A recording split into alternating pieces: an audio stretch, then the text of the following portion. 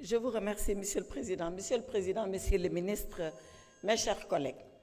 Monsieur le ministre des Finances, les chiffres clés de votre loi de finances rectificative sont alarmants. Vous nous annoncez une baisse presque généralisée, en tout cas une baisse extrêmement importante des recettes fiscales. Vous nous annoncez aussi un maintien, mais très faible, de l'appui budgétaire et des dons. Et vous nous annoncez une augmentation du déficit loin et très loin des critères fixés par notre communauté qui est l'UEMOA.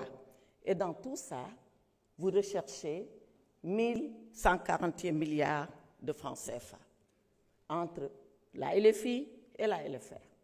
Où trouverez-vous l'argent, Monsieur le ministre? Voilà la question.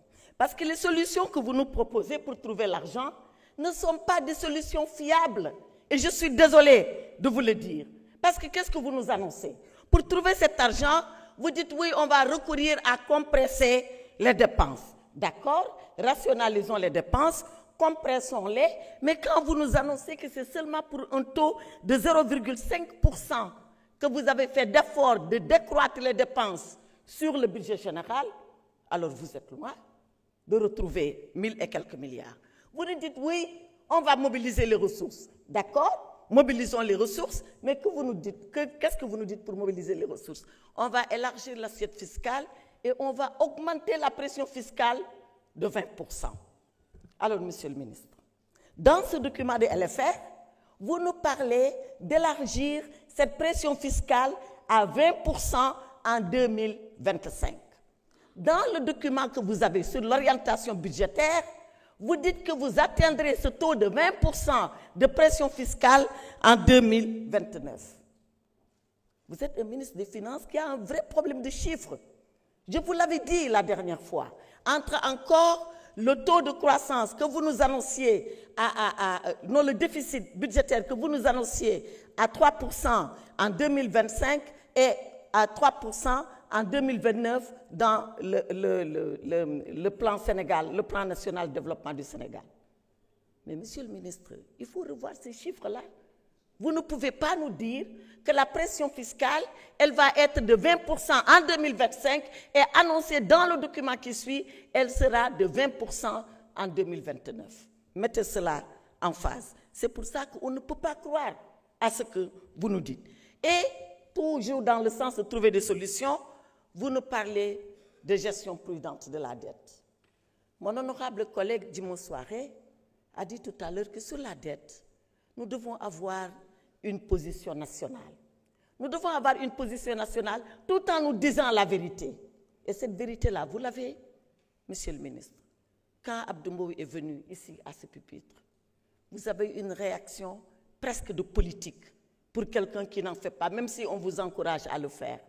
Ne glissez pas sur ce terrain-là.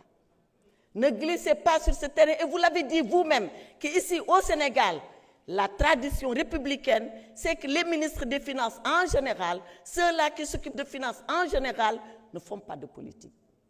Restez comme vous êtes. Et comme vous êtes, sortez les vrais chiffres.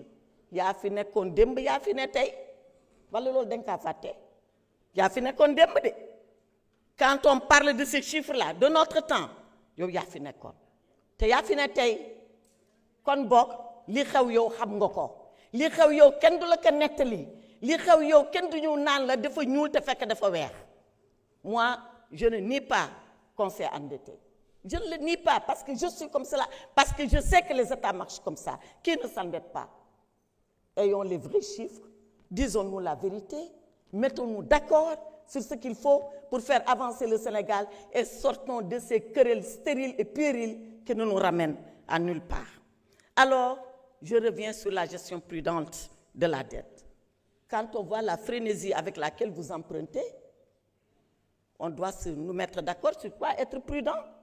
Donc, Monsieur le ministre, voilà les raisons qui font que moi, je doute de la sincérité de votre LFR et je ne peux pas la voter. Je ne peux pas la voter parce que tous les filets sociaux, vous les avez mis par terre. Les bourses de sécurité familiale, la CMU, vous en parlez. Le RNU, vous dites que vous allez le faire, mais faites-le parce que c'est très simple à faire le RNU pour revenir sur les bourses de sécurité familiale.